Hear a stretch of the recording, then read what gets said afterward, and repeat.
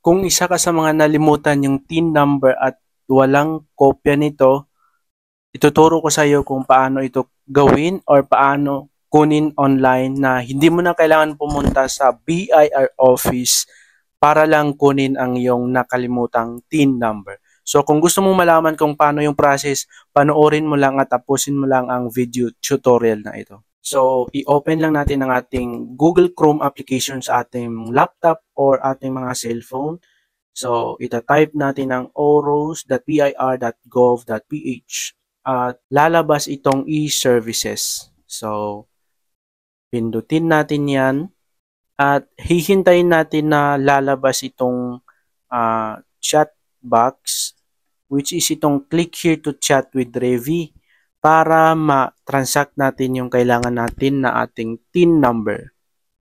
So, since may previous chat na kami nitong BIR na to ni Revi, so i-rate lang natin yan para makapag-start tayo ng bagong chat conversation with Revi. So, antayin lang natin yung reply niya. Pili lang tayo ng language, English or Filipino. Sundin lang natin lahat ng mga instruction na ibibigay ni agent. So, as you can see, nandito tayo sa TIN validation. So, click natin select. Piliin natin ang TIN inquiry. Antayin natin ang reply ni agent. Pindutin natin itong view. At ma-direct tayo dito sa TIN inquiry. So, i-fill in natin yung mga importanteng kailangan dyan na nire-require nila. So, dapat ang ilalagay natin na email address is active. So, ang huling hinihingi dito guys is upload a selfie with your government ID. So, kailangan meron tayong picture na hawak natin ang ating valid ID guys.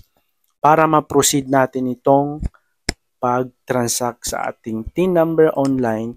So, ang panghuli is upload a government ID. So, yung mismong ID natin guys, picture natin yan at i-upload natin dito para ma-verify ng agent online. After natin magawa yan, i-click natin yung submit form at ito yung lalabas after mag-reply ni agent. So, ganun lang po kadali guys, kunin ang ating TIN number online. So, kung gusto mo ng more videos pa about this kind of tutorial, paki-click lamang po ng like at pa-share na rin po ng video na ito. And comment na rin po kayo. Maraming salamat.